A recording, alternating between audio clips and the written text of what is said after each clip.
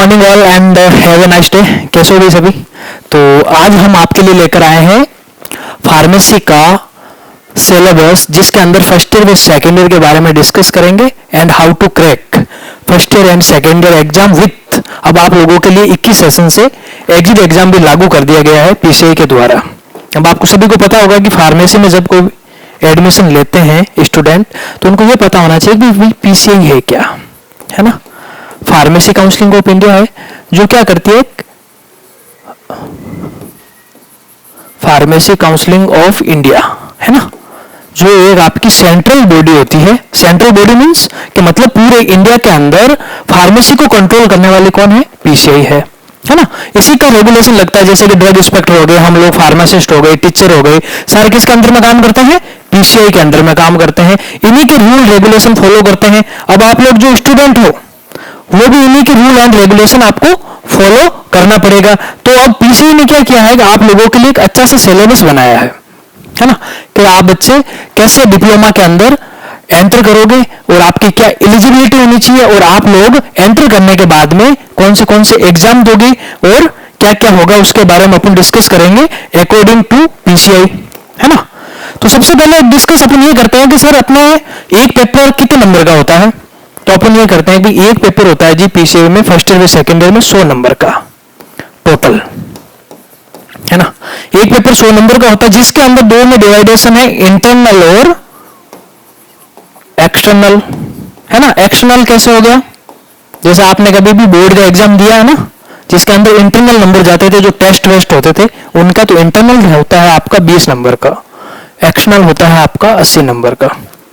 अब बच्चों के दिमाग में ये भी आता है कि सर पास होने के लिए नंबर कितने चाहिए, तो 100 में से नंबर चाहिए जी आपको पास होने के लिए मात्र 40।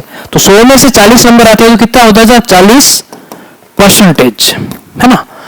अब एक्चुअली में देखा जाए तो अपने जैसे जितने भी प्राइवेट कॉलेज हैं, तो बच्चों के इंटरनल मार्क्स मेरे हिसाब से तो 18 से लेकर 20 के बीच में ही भेजते हैं। तो अपन को अब मेन एग्जाम में 80 में से नंबर कितने लेके आने, टारगेट अपन को रखना है 22 से 25 का, ताकि क्या करें कि भाई हम एक बार के लिए तो पास हो जाएं, है ना, एक बार के लिए तो पास हो जाएं। अपना ये टारगेट रखना सबसे पहले तो पास होने का, उसके बाद में अपना नेक्स्ट टारगेट क्या होता है, अच्छे परसेंटेज बनाने का, है ना। वरना क्या करता है कि बच्चा एक ही सब्जेक्ट को इतना पढ़ लेता है, बाकी के 4 सब्जेक्ट में फेल हो जाता है, जिससे अपन को समस्या आती है कि भाई 4 सब्जेक्ट कैसे क्लियर करें। इससे अच्छा अपन क्या करें, थोड़ा थोड़ा सब्जेक्ट सारे पढ़ें और धीरे धीरे करके अपन उस एग्जाम को अच्छे से निकाल लें, है ना। तो ये सारी कुछ चीजें थी अपनी। अब अपन देखते हैं कि ये जो सेशनल एग्जाम होता है इसमें क्वेश्चन कैसे आते हैं, और जो आपका एक्सटर्नल एग्जाम होगा उसमें क्वेश्चन कैसे आएंगे, इसी के बारे में अपन डिस्कस करते हुए आगे चलेंगे।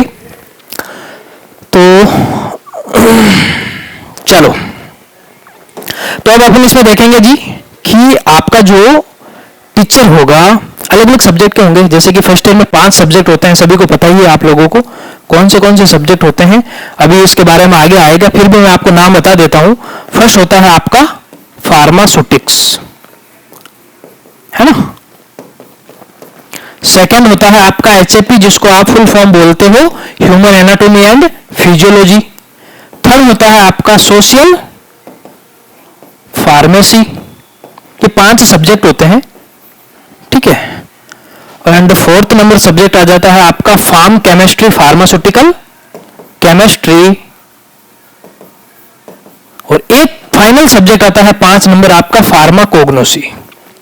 क्या आ जाता है जी, फार्माकोग्नोसी। ये 5 सब्जेक्ट है, 5 थ्योरी और 5 प्रैक्टिकल है, तो टोटल आपका 1000 नंबर का मार्कशीट बनेगा। उसमें से आप कितने नंबर लेकर आते हो, जैसे आप 600 नंबर लेकर आए तो 60 बन गए, है ना। 500 लेके आए तो 50 बन गए। 400 तो मिनिमम लेके आने ही आने हैं। कितने नंबर लेकर आने हैं, 400 तो मिनिमम लेकर आने ही आने होते हैं, तब जाके आप पास हो पाते हो। तो चलो अपन आगे इसके बारे में और डिस्कस करेंगे, अलग अलग सिलेबस देखेंगे, सिलेबस में क्या क्या चीजें होगी वो अपन डिस्कस करेंगे, ठीक है ना। तो इससे क्या रहेगा कि बच्चे का एक बेस क्लियर हो जाएगा। इससे क्या रहता है कि स्टूडेंट जब भी एंटर करता है ना फार्मेसी में, तो उनको ये चीजें पता नहीं रहती, पेपर कैसे बनेंगे, क्या सिलेबस होगा, हमको क्या पढ़ना है, वो साल भर उसी में घूमता रहता है। जब पेपर आता है तो बोलता है अरे यार ये कहां से आ गया, ये कैसे हुआ, है ना। तो इसके बारे में अपन सबसे पहले अपना काम क्या रहेगा कि बच्चे का एक बार बेस क्लियर कर दें, ताकि वो दिमाग में उसमें ये नहीं घूमता रहे कि भाई कि मैं क्या करूंगा, कैसे पास होऊंगा। तो जैसे कि भाई मैं काफी बच्चों को देखता हूँ, वो साल भर यही करता रहता है कि अरे यार पढ़ना क्या है सर, पास होने लायक कुछ चीजें भेज दो सर, मुझे तो ये करवा दो, है ना। तो वो चीज अपन को नहीं करनी है, अपन को एक बार सिलेबस अच्छे से डिस्कस कर लेंगे, उसके बाद में जो आप लोगों को हम पढ़ाए हैं उसी के बेस पे आप लोगों को चलना है। ओके, तो अब इसमें क्वेश्चन कैसे आते हैं इसको देख लेते हैं। जैसे कि सेशनल टेस्ट जैसे आप लोग देते हो ना 11th-12th में टेस्ट देते थे ना, तो फार्मेसी वालों ने इसका नाम कर दिया है सेशनल। तो ये कंफ्यूज नहीं रहना, ये सेशनल क्या है, कोई तोप तोड़ी है ना, ये क्या है, टेस्ट ही है जो आप लोग देते थे। हम जैसे 11th-12th में साल में 3 या 4 होते थे, अपने इसमें होंगे 2, ठीक है। अब कॉलेज चाहे तो 3 भी करवा सकती है, एडिशनल करवा सकती है, लेकिन आजकल बच्चे 2 ही देते हैं, ठीक है। तो ये चीजें होती है, ठीक है। तो इसमें क्वेश्चन कैसे बनते हैं जी, लॉन्ग आंसर बनता है, शॉर्ट आंसर बनते हैं, ऑब्जेक्टिव बनते हैं।